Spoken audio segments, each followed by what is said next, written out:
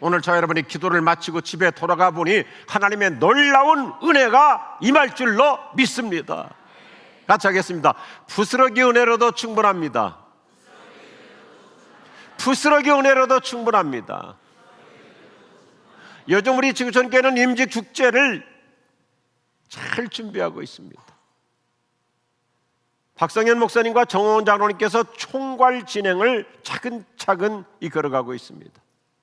우리가 어떤 행사를 추진할 때 D-Day부터 먼저 정합니다. 날짜를 정해놓고 그리고 그 날짜에 맞추어서 레이아웃을 하면서 타임 스케줄을 만들어서 차근차근 추진하면 아주 효율적으로 일을 진행해 나갈 수 있습니다. 예수님은 십자가 구원이라고 하는 인류 역사의 거대한 프로젝트를 추진하시면서 하루하루 바쁜 일정을 보내십니다. 예수님은 빈틈없는 스케줄에 따라서 열정 인생을 사셨습니다. 예수님은 되는 대로 오늘은 여기 가볼까? 내일은 저기 가서 기적을 행할까? 그러지 않으셨습니다. 십자가 구원이라고 하는 D-Day가 이미 정해져 있기 때문에 그 사이에 치밀한 타임 스케줄을 따라서 지역을 선정하고 한 곳 한 사람 구체적으로 그의 구원 사역을 진행해 나가십니다. 그래서 오늘 본문 이사들은 예수님의 일정을 이렇게 보도하죠. 예수께서는 갈릴리를 떠나 두로 지방으로 가셨다. 갈릴리에서 두로라고 하는 저 지중해나 레바논 지역까지는 상당히 먼 거리입니다. 56km나 되는 꽤 먼 거리입니다. 예수님이 왜 갑작스럽게 그처럼 먼 거리까지 가셨을까요? 바로 거기에는 불쌍한 딸의 병을 치유받아야 될 한 어머니가 예수님을 필요로 하고 있었기 때문입니다. 이것이 예수님의 능력 치유 은총입니다. 저는 이 말씀을 읽는 순간부터 하나님 바로 여기에 놀라운 하나님의 은혜가 있거니와 하나님의 은혜를 필요로 하는 어느 한 사람을 위해서 주님은 시간도 공간도 제약받지 아니하시고 아무리 먼 거리라 할지라도 기꺼이 찾아와 주실 줄로 믿으시면 아멘 하십시오. 이것이 주님의 은혜예요. 56km가 떨어져 있는 저 지중해 북서쪽 레바논의 한 작은 마을까지도 그 바쁜 예수님의 메시아 사역의 일정 속에서도 한 사람을 위해서 주님은 그 먼 거리를 찾아가신 것입니다. 오늘도 나를 위해서 주님은 그 어떤 희생도 그 어떤 대가도 계산하지 않고 찾아오시고 나에게 필요한 은혜 주실 줄로 믿으시면 아멘 하십시오.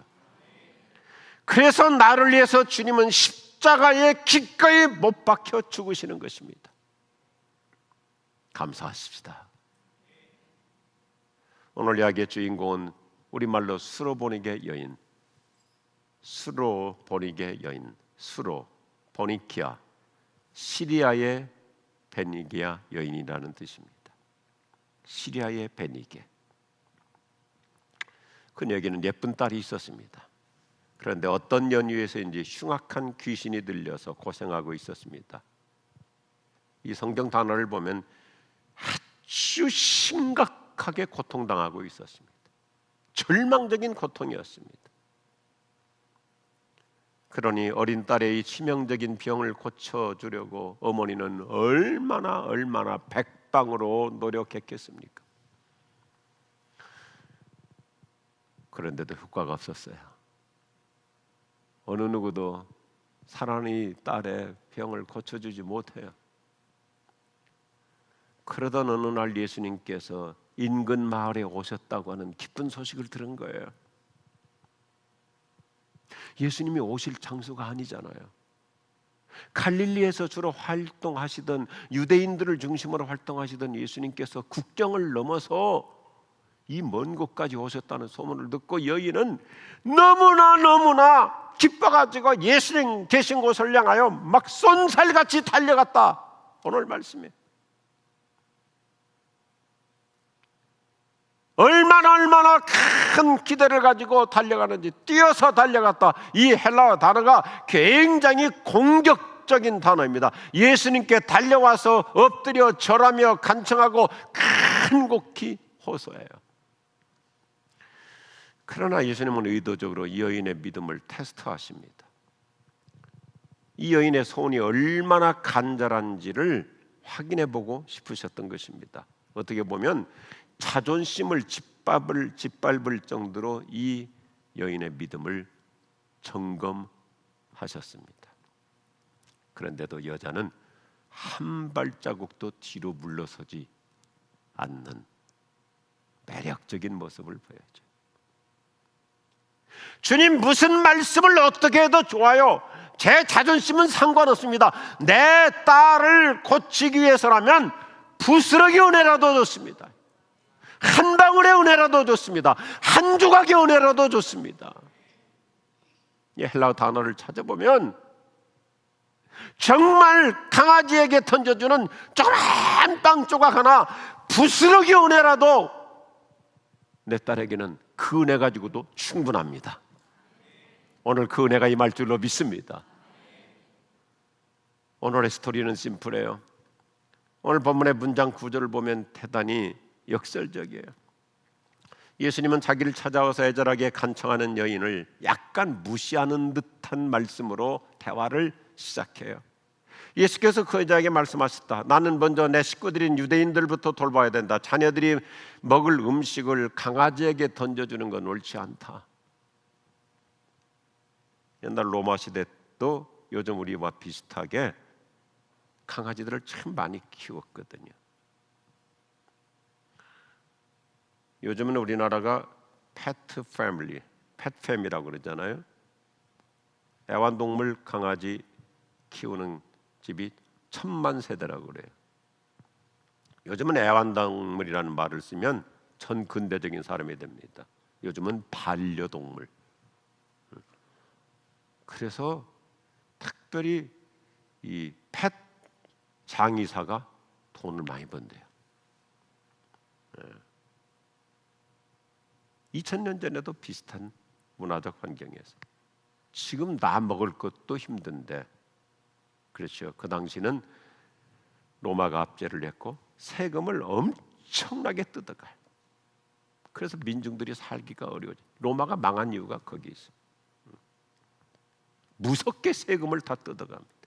그러니 반려동물, 애완동물은 키워야 되겠는데 먹을 게 별로 없으니까 그냥 부스러기 조금 주는 거예요. 이런 배경 속에서 예수님께서 지금 우리 먹고 살기도 어려운데 강아지에게는 겨우 부스러기 주는 거, 그것도 아까운 시대이다. 그러자 이 여인은 예수님의 마음을 감동시키는 너무너무 멋있는 대답을 해요. 그 여자가 대답하였다. 선생님 옳은 말씀입니다. 그렇지만 상 밑에 있는 강아지도 아이들이 흘린 부스러기는 얻어먹질 않습니까? 준다는 말을 쓰지 않고 흘린다는 말을 써요. 흘린 부스러기는 먹지 않습니까? 주님 말씀이 옳아요. 예수님은 유대인이시니까 이스라엘 사람들에게 은혜를 주시다가 혹시라도 흘리는 거 있다면 그 흘리는 걸 저한테 주시면 좋을 것 같습니다. 예수님은 여인의 믿음에 큰 감동을 받고 뭐 그 집에 갈 필요도 없었어요. 네 딸이 이미 나았느니라. 오늘 우리 가정에 이런 놀라운 역사가 일어날 줄로 믿습니다. 아버지 한 사람의 기도로도, 어머니 한 사람의 기도로도 하나님 우리 자녀들에게는 한 조각의 은혜로도 좋습니다. 한 방울의 은혜로도 좋습니다. 부스러기 은혜라도 좋습니다. 그러한 믿음을 가질 때 주님은 시간과 공간을 초월해서 우리 자녀들에게, 우리 가족들에게, 우리 식구들에게 놀라운 새 역사의 지평을 열어주실 줄로 믿습니다. 얼마나 멋있는 말씀이에요. 얼마나 우리에게 희망의 말씀입니까? 우리가 특별히 오늘 본문을 마태복음 15장에서는 아주 이렇게 좀 디테일하게 다루고 있는데, 마태복음 15장을 보면 문맥적 구조가 아주 멋있어요. 첫째, 여인의 기도는 단 세 마디예요. 주님, 저를 불쌍히 여겨 주옵소서. 주님, 저를 도와주옵소서. Lord help me. 세 마디예요. 여인의 기도는 짧아요. 근데 얼마나 강력한지. 둘째, 예수님의 축복도 단 세 마디예요. 여자여, 네 믿음이 크도다. 내 소원대로 되리라. 오늘 우리에게 동일하게 말씀하실 줄로 믿습니다. 그래서 great and grant예요. 너의 큰 믿음에 내가 놀라운 은혜를 grant, 하사하노라. 내가 너의 큰 믿음에 큰 은혜를 하사해 주마. 오늘 우리는 짧은 기도 가지고도 하나님의 놀라운 은혜를 따낼 줄로 믿으시면 아멘 하십시오. 짧은 몇 마디 기도 가지고도 하늘의 놀라운 은혜를 우리가 하사받을 수 있는 거예요. 이 여인은 부스러기 은혜라도 좋으니 지금 당장 은혜를 베풀어 달라고 간청했어요. 그러다 예수님은 여인의 믿음을 얼마나 크게 격찬하시는지 여자여라는 단어를 써요. 여자여. 이건 2000년 전에 아주 존칭이죠. 예수님께서 자기 어머니에게 여러 번 쓰시잖아요. 가나 혼인잔치에서도 여자여. 또 예수님이 십자가에 죽으실 때도 마지막 이제 운명 직전에 어머니를 위로드리려고 여자여, 보소서 아들입니다. 여자여, 당신이 낳은 아들이 이렇게 인류 구원의 역사를 완성합니다. 어머니를 자랑스럽게 높일 때 쓰는 말인데, 이 말을 좀 더 의미를 살리기 위해서 최근에 영어 성경에서는 오라고 하는 감탄사를 붙여가지고 오 우먼, 오 우먼. 와, 훌륭한 여성이시여. 와, 존귀한 여성이시여. 그러나 아주 경칭해요. 그러면서 이 여인은 주님 무슨 말씀을 해서 좋은데 저는 부스러기 은혜로도 좋습니다. 부스러기 은혜, 한 방울의 은혜 가지고도 우리 가정의 역사는 달라질 수 있습니다. 이러니까 예수님께서 이 여인의 믿음을 얼마나 칭찬하시는지, 메갈레피스티스, 큰 믿음이라는 말이죠. 우리 엄청나게 큰 양을 메가톤이라고 하잖아요. 메가톤, 메가바이트, 메가톤. 우리가 웬만한 부자를 그냥 갑부라고 그러는데 엄청난 부자는 거부라고 그러잖아요. 거부. 예수님은 이 단어를 쓰고 있어요. 부스러기 은혜를 구하는 사람에게 주님은 너는 메가톤급 믿음의 사람이다. 오늘 이 새벽에 저 여러분이 소박한 기도를 드려도 주님은 우리의 소박한 기도를 들으시면서 어떻게 그렇게 너는 믿음이 크냐 말씀하실 줄로 확신합니다. 얼마나 멋있어요. 우리가 겸손하게 빈 마음으로 부스러기 은혜라도 구할 때 하나님은 오히려 그 소박한 믿음을 존중해 주십니다. 크게 도와주십니다. 그래서 이렇게 축복하시는 거예요. 따라서 하십시다. 사랑하는 자여, 네 믿음이 크도다. 네 소원대로 되리라. 오늘 역사가 일어날 줄로 믿습니다. 오늘 본문의 주인공, 이 수로보니게 여인, 시리아의 베니게 여인, 시리아 지역의 베니게 여인, 어떤 믿음이길래 이 짧은 기도 한마디 속에 주님은 이렇게 거창한 칭찬을 하시고 축복을 하실까요? 오늘 성경은 아주 역동적인 단어들을 쓰고 있어요. 제가 누누이 강조하지만 마가복음은 아주 내용을 엑기스로 짧게 구성하는데 이 단어 하나하나가 아주 파워풀해요. 베드로서를 보면 베드로가 아주 성격이 남성적이잖아요. 그러니까 베드로는 짧은 말 속에 아주 심오한 의미들을 풍부하게 담고 있는데 선생님 베드로한테 배운 마가가 바로 그대로 그 모습을 보여줘요. 저번에 같이 하죠. 그녀는 예수님께 뛰어와서 애원합니다. 이미 말씀드렸지만 예수님께서 오실 수 없는 지역이죠. 저 멀리 60km 밑에서 활동하시던 예수님이 어느 날 갑자기 상상도 하지 않았는데 국경을 넘어서 이 레바논 지역까지 오셨다고 그러니까 레바논의 옆에 시리아에 살던 이 여자가 예수님이 오셨다는 소식을 듣자마자 마가복음에 곧바로 달려왔습니다. 곧바로 달려왔어요. 즉시로 달려왔어요. 헬라어는 굉장히 적극적인 단어를 쓰는데 군인이 적진으로 뛰어들어갈 때 이 단어를 씁니다. 검투사가 상대방을 쓰러뜨리기 위해서 쏜살같이 달려나갈 때 이 단어를 씁니다.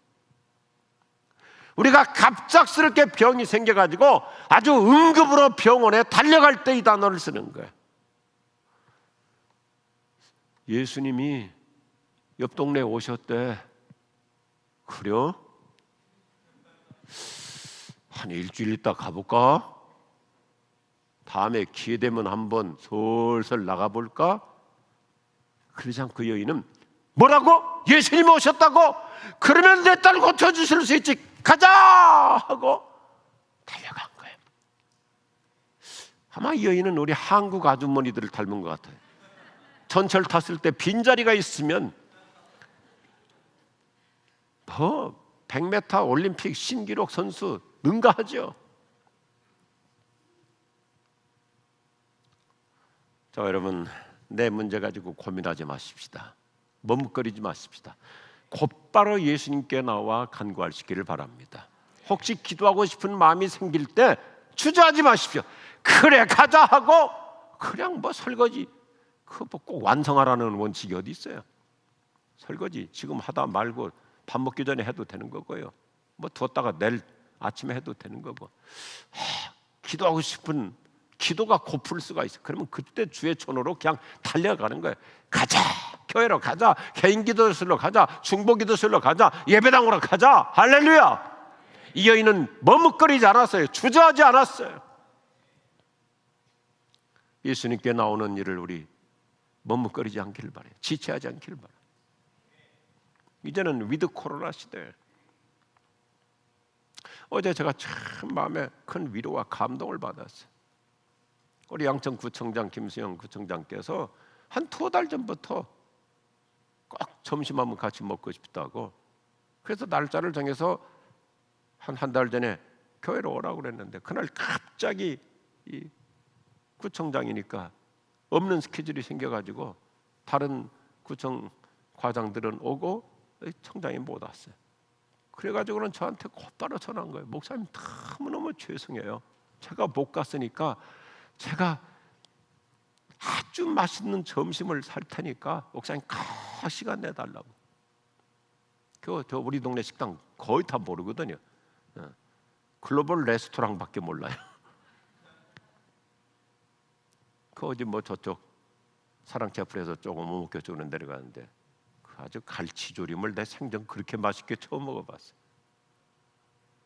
근데 얼마나 위로가 되는지, 마치 자기 친오빠 대하듯이 목사님 내가 소식 듣고 막 걱정을 너무 많이 하고, 그래가지고 저를 보자마자 아이고 목사님 이렇게 많이 빠져갖고 어떻게 하십니까? 그런데 낯짝은 좋으시네요 그러는 거예요.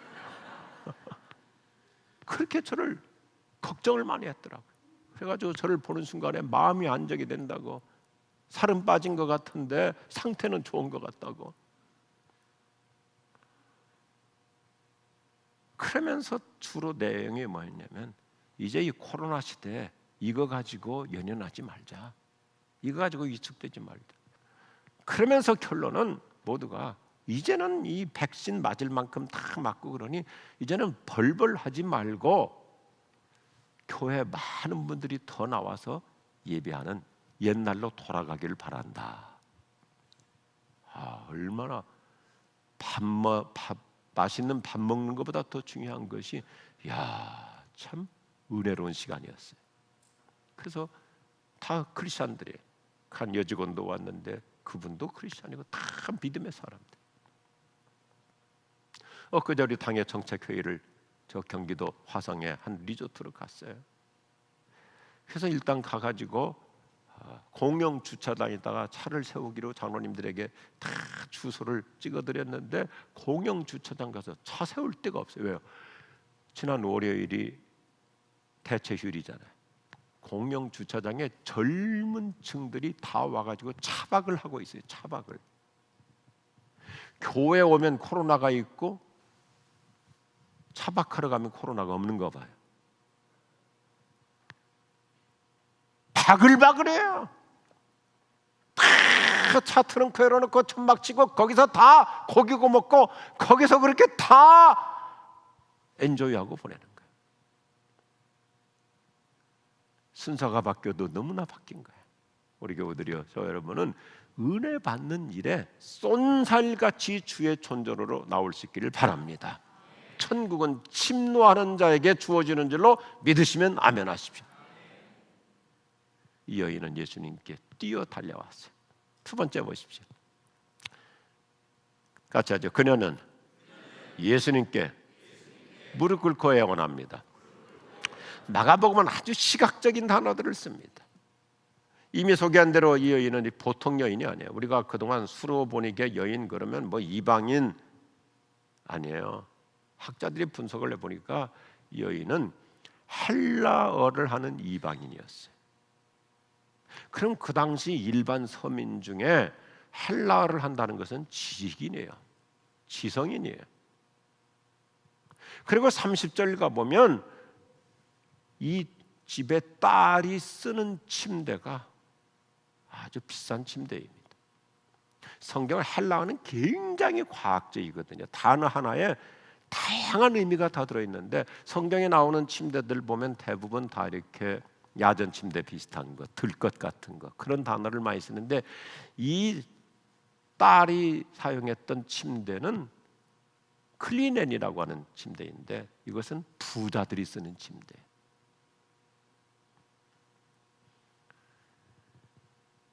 그러면 뭘 얘기해요?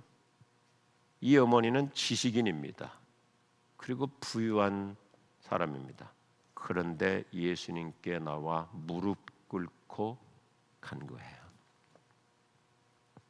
오늘 우리에게 이 아름다운 영성이 있기를 바랍니다. 무릎 꿇는 신앙. 자기 딸을 고쳐달라고 예수님 앞에 나와서 무릎 꿇고 예수님 발목 잡고 매달리는 신앙, 붙잡고 늘어지는 신앙. 오늘 우리 예수님 주님 앞에 겸허하게 간구하는 자 외면하지 않으실 줄로 믿습니다. 무릎 꿇는 신앙이 필요한 거예요. 여쭙고 싶어요. 저는 무슨 형식을 말하는 게 아니에요. 그런데 형식 속에 마음도 있거든요. 지난 한 주 사이에 주님 앞에 몇 번이나 무릎 꿇은 것 같습니까? 저번 우리 목회자 청책회의 때 은혜 채플에서는 강상훈 장로님께서 새벽 기도를 인도해 주셨고 사랑 채플에서는 황상중 장로님이 새벽 기도를 인도해 주시는데 은혜 채플은 녹화를 안 해가지고 강 장로님의 그 아름다운 메시지를 들을 기회가 없었는데 황 장로님 얼마나 믿음의 사람이고 기도의 사람이고 작은 자전거 점포를 시작해가지고 대한민국 MTV 총판 1등을 하셨잖아요. 할렐루야. 어떻게 해요? 무릎 꿇고 가자마자 무릎 꿇고 기도하는 거예요.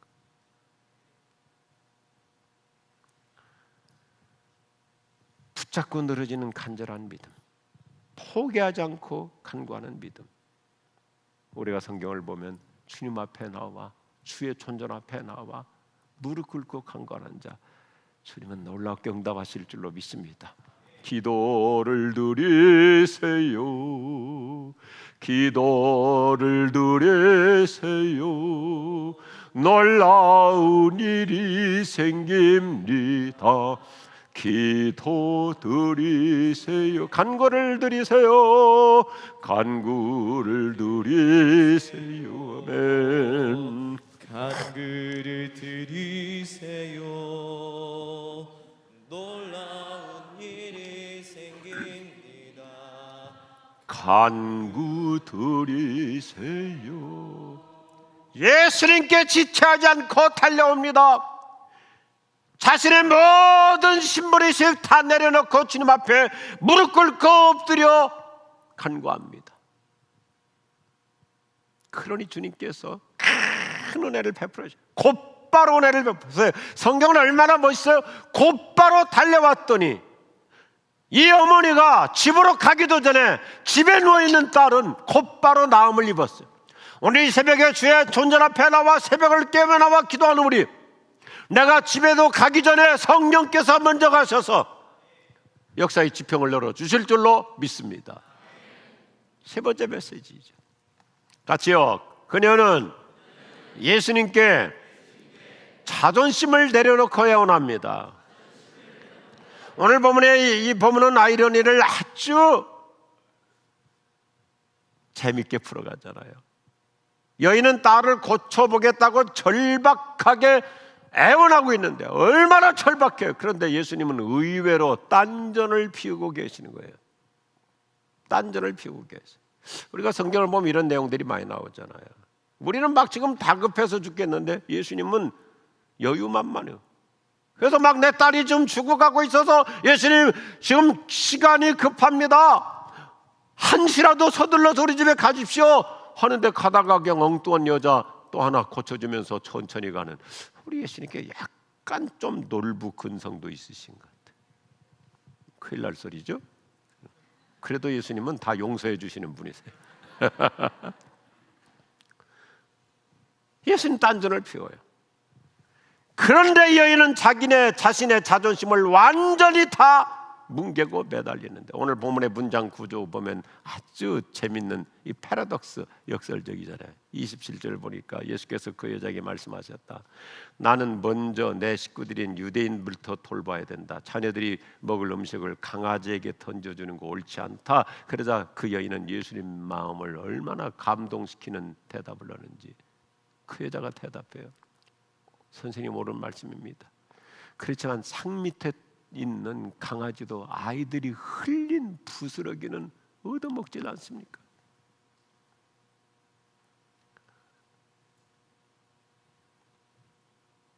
여인은 자기 자존심을 다 피웠던 거예요.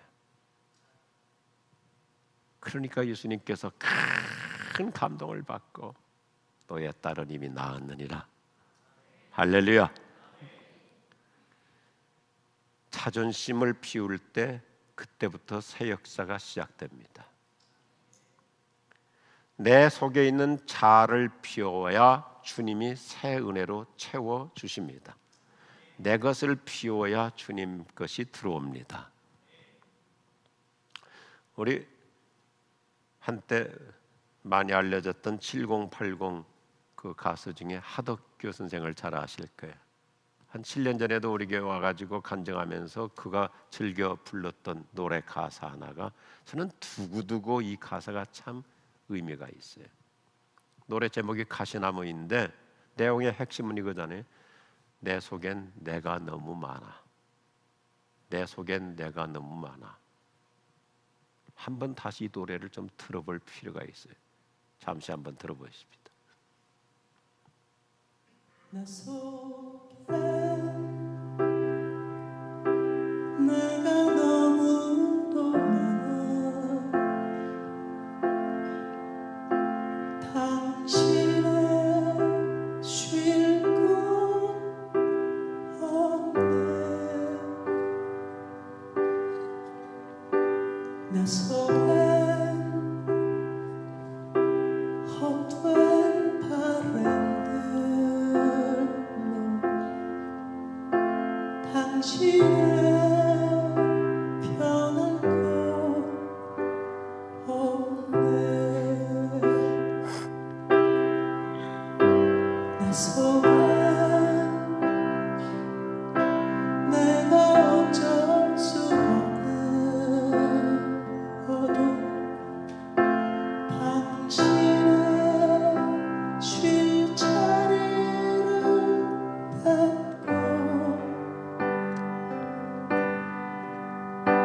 내 속에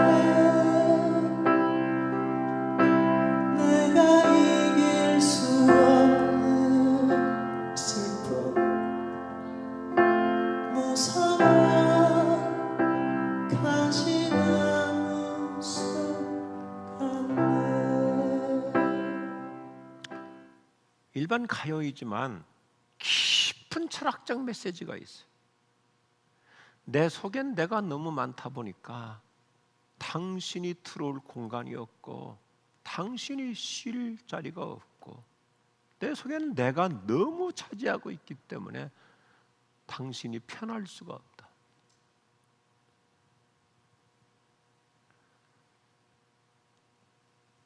오늘 아침 기도할수록 내 속에 있는 나를 다 내보낼 수 있기를 바랍니다. 내 속에, 그래서 내 속에는 가시가 너무 많아.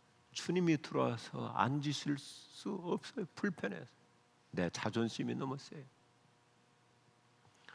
저는 이렇게 좀 표현해봐요.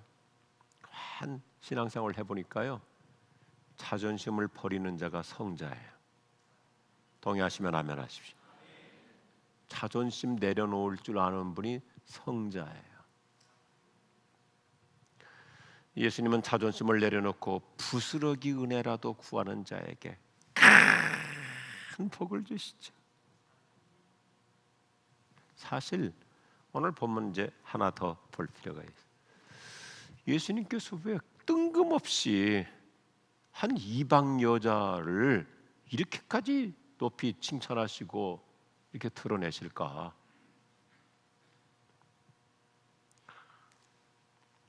그 당시 유대인들은 신앙은 없고 껍데기만 있고 자존심만 셌어요.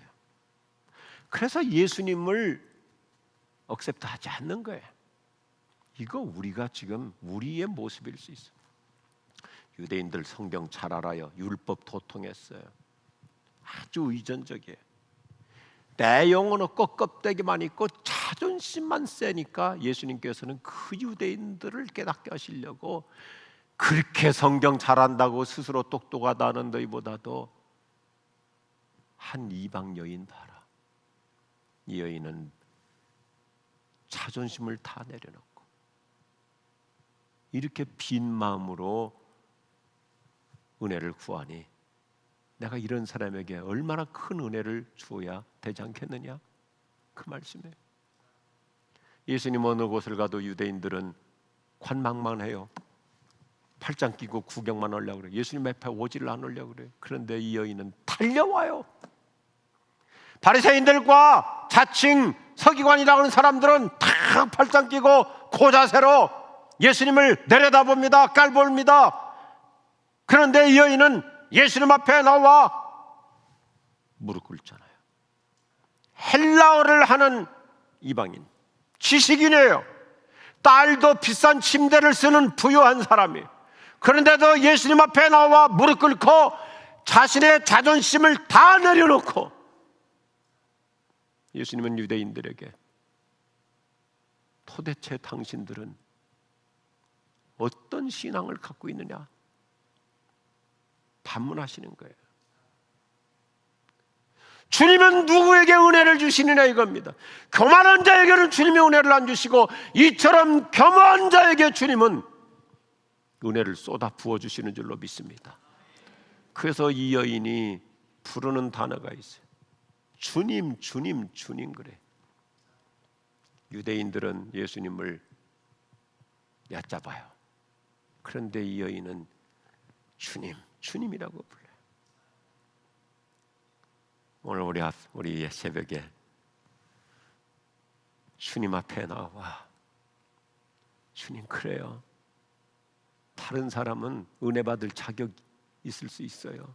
신앙생활도 열심히 하고 원래 믿는 집안 출신이고 다 여러 가지 참 모든 것을 골고루 갖췄고 성품도 좋고 인격도 훌륭하고 저분은 주님 앞에 복 받을 충분한 그리스도예요. 그런데 저는 그 정도 못 되기 때문에 주님 저는 저분이 받는 은혜에 비해서는 부스러기 은혜라도 저는 과분합니다. 그 믿음 주님이 기뻐하실 줄로 확신합니다. 주님 저는 한 조각의 은혜만 가지고도 충분합니다. 한 방울의 은혜만 가지고도 제 인생은 풀릴 수 있습니다.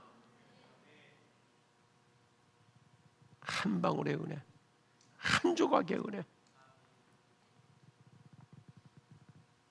주여 우리를 불쌍히 여겨 주옵소서.